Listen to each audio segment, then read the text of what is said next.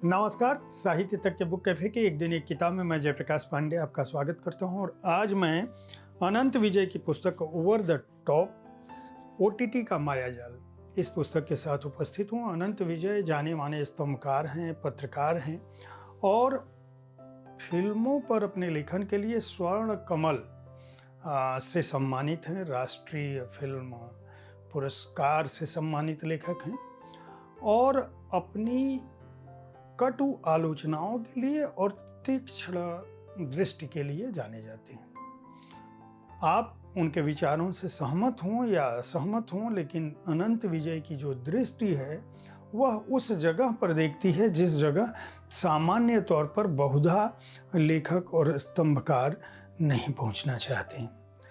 OTT का मायाजाल जो पुस्तक है वह अपने आप में इसलिए भी अनूठी है क्योंकि हाल के दिनों में जिस तरह से भारतीय परिवारों में, ड्राइंग रूम में और एक तरह से बेडरूम में ओटीटी ने अपना विस्तार किया है, टेलीविज़न के माध्यम से या मोबाइल के माध्यम से, जहाँ भी डिजिटल की दुनिया है वहाँ ओटीटी पर बनाई गई सामग्री, धारावाहिक, फिल्म, वृत्तचित्र, यहाँ तक की खबरें भी पहुंच रही हैं। अब इस माध्यम का जो इतना ताकतवर और प्रभावी माध्यम है और कोविड काल ने जिसमें निरंतर विस्तार किया, उस पर न तो नियमन है और न तो उसकी कोई प्रविधि या उसकी कोई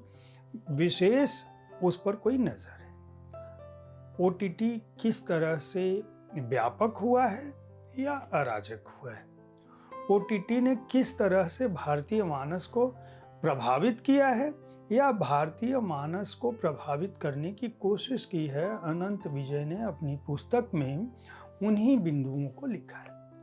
ओटीटी एक इतना बड़ा क्षेत्र है, फिर भी किस तरह भारत सरकार की नज़र इस क्षेत्र पर बहुत बाद के दिनों में पड़ी।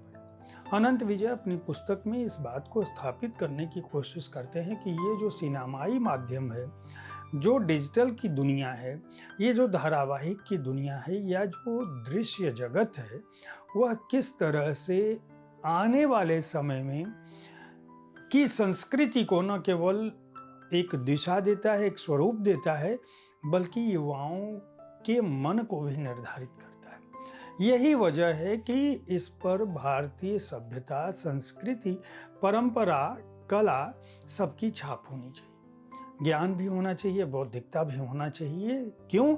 क्योंकि मनोरंजन के जितने भी माध्यम हैं उनमें इन विधाओं का, इन क्षेत्रों का अपना प्रभाव होना चाहिए।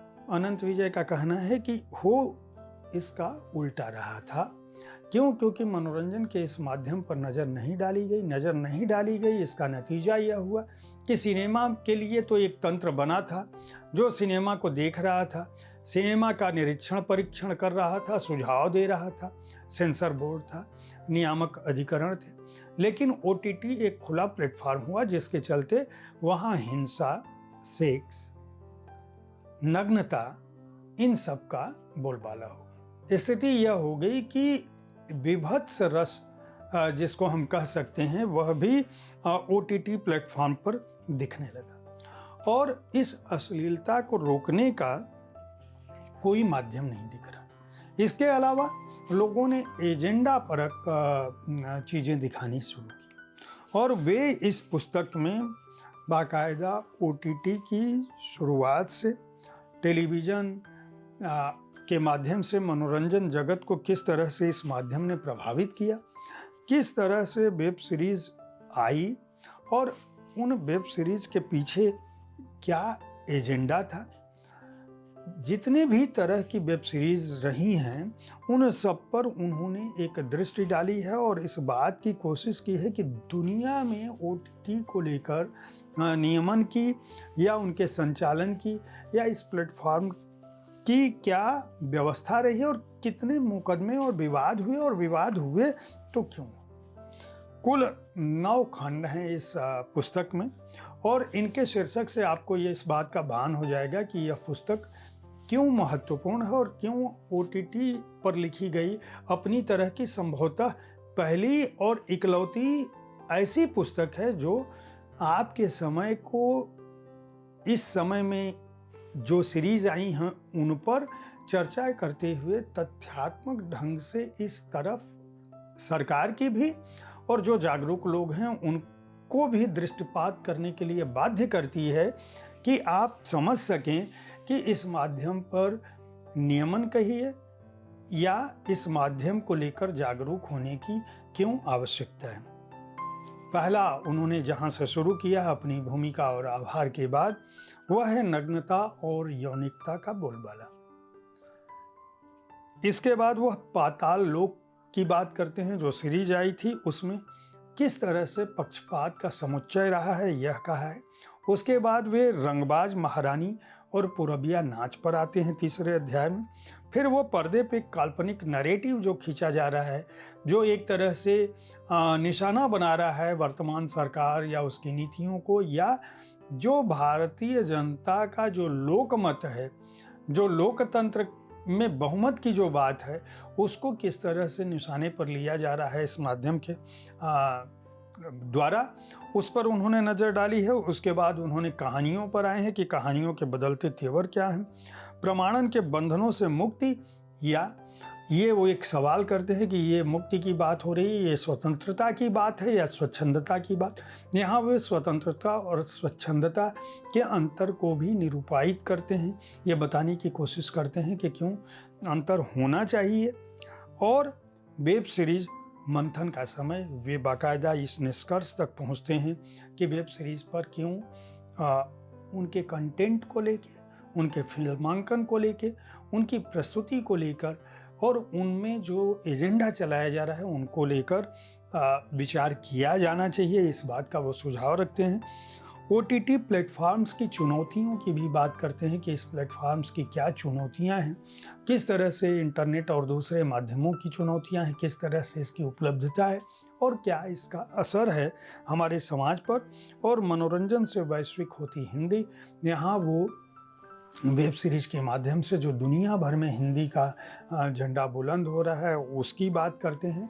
और एक बहुत ही महत्वपूर्ण खंड वे इसकी परिशिष्ट में रखते हैं कि अब भारत सरकार ने और जो सूचना और जनसंपर्क विभाग के अलावा जो संचार मंत्रालय है, उन सब ने मिलकर, चाहे वह सेना हो, सेना मुख्यालय हो, इन सब ने OTT को लेकर किस तरह से नियमन बनाया है। वो एक बहुत ही बड़ा परिशिष्ट में उन्होंने एक बड़ा हिस्सा डाला है, जिसमें अपनी सारी बातों के बाद वो ये बताते हैं कि जो नियमन है भारत में OTT को लेकर, या अब जो एक्ट बनाने की कोशिश हो रही है और भारत सरकार जो करना चाहती है ऑनलाइन क्यूरेटेड कंटेंट प्रदाता के स्वनियमन के तहत जो बात रखी गई है, जो प्रस्ताव रखा गया है, वो क्या है। लेकिन इसको रखने से पहले वे अमेरिका, यूरोपियन यूनियन, ऑस्ट्रेलिया, इन सब की बात करते हैं, सिंगापुर, कि वहाँ इस माध्यम को लेकर क्या कुछ नियम कानून है। और जब भारत सरकार यह कहती है डिजिटल कंटेंट कंप्लेंट फोरम इस बात को स्थापित करना की कोशिश करता है कि स्वनियमन क्या हो, तो इसके पीछे उसकी दृष्टि क्या है और OTT का जो प्लेटफॉर्म के से जुड़े लोग जो हैं उनकी प्रतिक्रिया क्या है। यह सब इस पुस्तक को अपने आप में अनोखा बनाता है। जो लोग सिनेमा और OTT या मनोरंजन के दूसरे माध्यमों के बारे में जानकारी चाहते हैं, जिन लोगों का ये आक्षेप और आरोप होता है कि OTT जैसे माध्यमों पर सरकार जब भी नियंत्रण की बात करती है या उन पर परीक्षण की बात करती है या उनके निगरानी की बात करती है या उनके लिए किसी बोर्ड की बात करती है, तो यह माना जाता है कि सरकार स्वतंत्रता को बाधित करने की कोशिश कर रही है।